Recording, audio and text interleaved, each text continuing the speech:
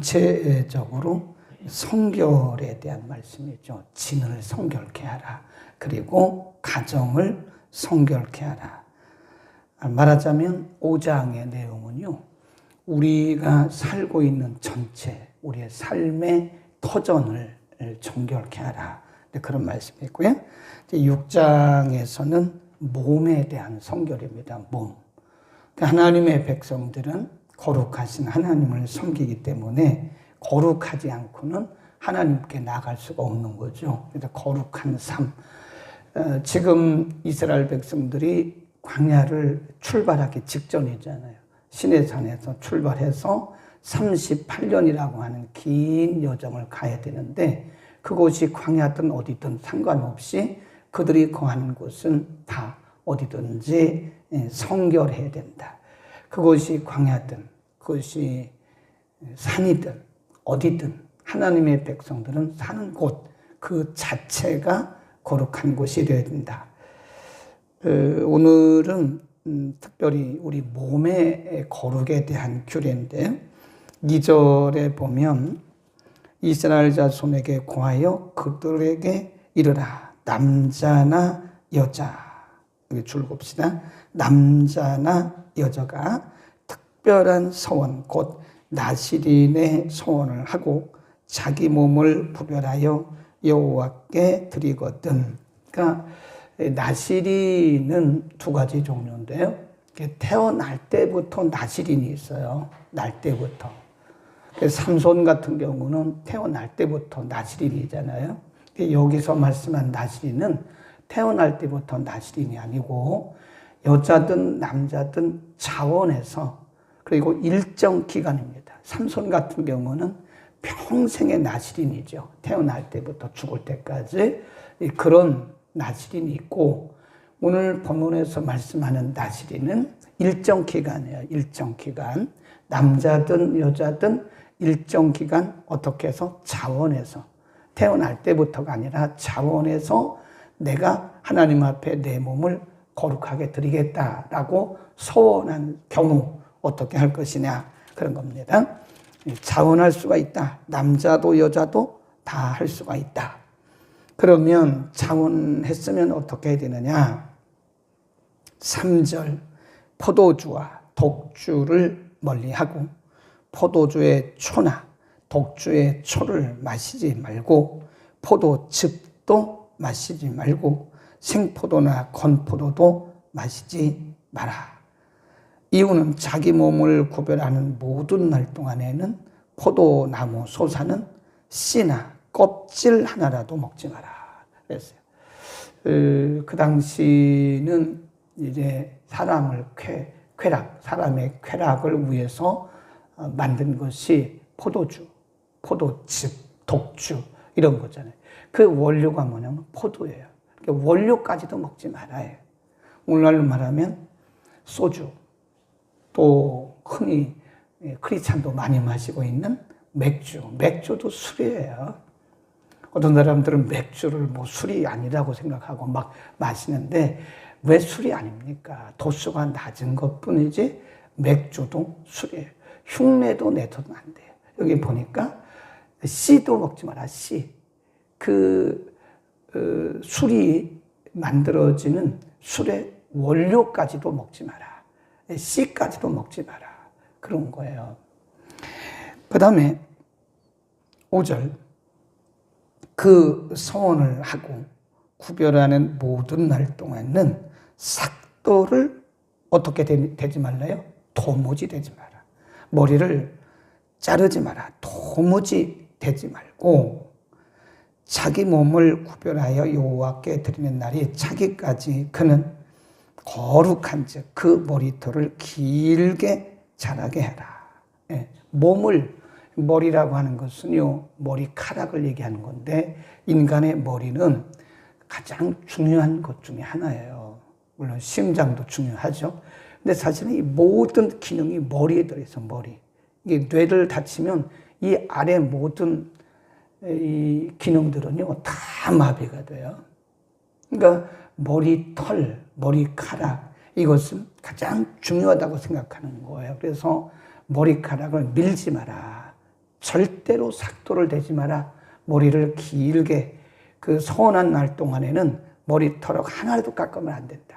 그 말은 뭘 의미하냐면 우리의 몸입니다. 마음이 아니고 우리의 몸 자체를 거룩하게 구별하라. 그런 뜻입니다. 그 다음에 6절 자기 몸을 구별하여 여호와께 드리는 모든 날 동안은 시체를 가까이 하지 마라. 시체는 부정하다고 생각한 거예요. 심지어는 부모, 형제, 자매가 죽을 때라도 그로 인하여 몸을 더럽히지 마라. 이는 자기 몸을 구별하여 하나님께 드리는 표가 그 머리에 있기 때문이다. 그랬습니다. 8절 자기 몸을 구별하는 모든 날 동안 그는 여호와께 거룩한 자니라. 스스로 본인이 자원한 거잖아요. 자원. 내가 일정 기간 동안 하나님 앞에 거룩하게 살겠다고 스스로 자원해서 소원을 한 거예요. 그런 경우에 철저하게 자기 몸을 지켜라. 머리부터 발끝까지 다 거룩하게 보존하라. 거룩을 보존하라. 그런 말씀이죠. 9절 이하에 가보면 누가 호련히 의도적으로 그 곁에서 죽어서 스스로 구별한 자의 머리를 더럽혔거든 그 몸을 정결케 하는 날에 머리를 밀어라. 곧 제7일에 밀고 제8일에 제물을 드리고 지금까지 했던 모든 것은 다 무효다. 12절 맨 끝에 가보면 지나간 날은 무효다. 다시 시작해라. 그렇게 말씀했어요. 철저하게 철저. 다시 시작해라. 여러분 우리는요 나시린입니다. 나시린. 나시르라고 그랬죠. 나시르. 나시르인 그런 뜻이에요. 히브리 말로 나시르란 말은 구별된, 성별된 그런 뜻이에요. 그 나시르인 이거를 빨리 붙이니까 나시린 그런 겁니다. 나시르란 말이 구별되었다, 성결됐다 그런 뜻이에요. 하나님 앞에 구별되었다. 우리는 나시린이에요. 나시린. 그래서 우리의 몸을 거룩하게 구별해야 됩니다. 우리 몸은 우리의 것이 아니에요. 그래서 아직도 크리스찬들 중에 보면 남자든 여자든 요즘에는 여성들도요 맥주 한 잔씩 하더라고요. 맥주를 그냥 음료수로 마신대요. 그거 하지 마세요. 구역 예배 끝나고 맥주 마신다더라니까요. 큰 예배 드려놓고는 그거 다 깨뜨려 버리는 거예요. 아니 맥주까지 그렇게 마시지 못하게 하냐고. 아니 맥주 술이라고 그러는데 맥주 안 마시면 되지요. 네. 어디 술 마시지 말라는 게 있냐. 술 마시지 말라는 게 성경에 수없이 많습니다. 포도주를 즐기는 사람과는 친구도 하지 말라 그랬어요.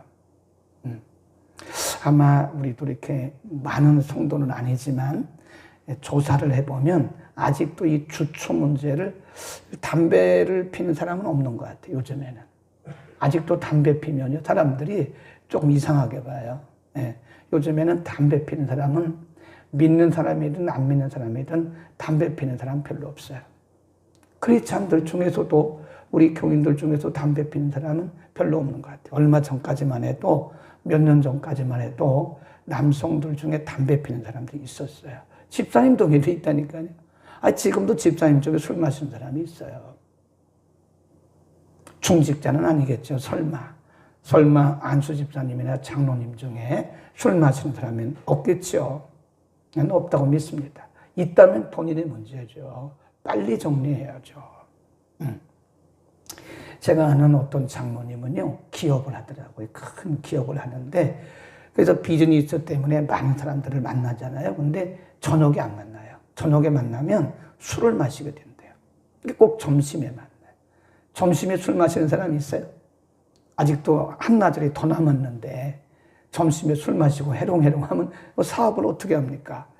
그러니까 이 장로님은 그걸 피하기 위해서 손님을 만날 때 비즈니스 하기 손님을 만날 때 꼭 점심에 만나요. 그것도 방법이에요. 방법. 크리스찬들은 당연히 중직자든 서리 집사든 일반 평신도든 이 주초는 당연히 이거는 해결해야 할 문제입니다. 이게 어쨌든 우리의 몸은 우리의 것이 아닙니다. 한번 볼까요? 고린도 전서 6장으로 갑니다. 몸은 우리의 것이 아닙니다. 성령이 우리 안에 거하세요. 고린도전서 6장 19절 20절 시작. 너희 몸은 너희가 하나님께로부터 받은 바 너희 가운데 계신 성령의 전인 줄을 알지 못하느냐. 너희는 너희 것이 아니라 값으로 산 것이 되었으니 그런즉 너희 몸으로 하나님께 영광을 돌리라. 그래서 몸. 이 몸이라고 하는 것은요, 그 원문 성경에 보니까 영어로는 body라고 그러는데 원문 성경에서 보니까 살크스란 말은요, 우리의 피부까지 다 포함해요. 살을 얘기하는 거예요. 살. 우리의 몸 전체, 장기까지 다. 너희의 몸은 너희 것이 아니라 하나님께로부터 산 것이다. 하나님께로부터 받은 바 너희 가운데 계신 성령의 전이다. Temple of the Holy Spirit. 성령께서 계시는 성전이래요. 성전. 우리 몸은 성전입니다. 그래서 몸을 함부로 하면 안 돼요. 성령이 우리 안에 계시는데 우리 몸에다가 갖다 막 소주를 들어보여? 우리 몸에다가 맥주를 들어보여? 제가 볼 때는요, 아직도 맥주는 괜찮다고 말하는 사람들은 자기 스스로 합리화하는 거예요. 여기 분명히 뭐라 그랬어요. 원료가 되는 것, 씨도 먹지 말라고 그러잖아요. 원료가 되는 것도 가까이 하지 말라고 그러잖아요. 그렇게 철저하게 말씀했는데 성경에 어디 술 마시지 말라는 게 있냐고. 성경 도대체 모르는 사람들이 그런 얘기를 해요. 성경도 진짜 모르는 사람들이 자기를 합리화하기 위해서 어디 성경에 술 마시지 말라, 취하지 말라고 그랬다고. 그것은 신약에서 말씀한 거예요. 구약에는 원료도 먹지 말라고 그랬다니까요. 그러니까 자기 합리화하지 마세요. 자기 합리화하지 말고 말씀대로 삽시다. 우리는 내 것이 아니에요. 거기 또 보세요. 고린도 전서 5장 7절로 가보세요. 고린도 교회가 그런 문제로 갈등을 많이 했어요. 제사 문제, 우상 숭배 문제, 이런 주초 문제. 5장 7절 시작. 너희는 누룩 없는 자인데 새 덩어리가 되기 위하여 묵은 누룩을 내어버리라. 우리의 유월절 양 곧 그리스도께서 희생이 되셨느니라. 그랬습니다. 네. 우리는 누룩 없는 떡이다. 누룩이 들어가면 안 된다고 그랬어요. 누룩 없는 떡이다. 우리는 정결한 덩어리다. 새로운 덩어리가 되었다. 그리스도께서 우리를 정결케 하신 거예요. 예수 그리스도의 보혈을 통해서 우리를 정결케 하셨는데 우리가 더럽히면 그건 우리 책임인 거예요. 예수님이 자기의 몸을 버려서 우리를 정결케 해주셨는데 더럽히는 거예요. 그러니까 보면 예를 들어서 우리는요 돼지 얘기를 많이 하죠. 돼지는 돼지우리에 살아요. 근데 그 더러운 돼지를 우리 밖으로 끌어낸 거예요. 네. 그럼 그 돼지가 자기 관리를 잘 해야지. 다시 우리 더러운 우리로 들어가는 거랑 똑같은 거예요. 그게.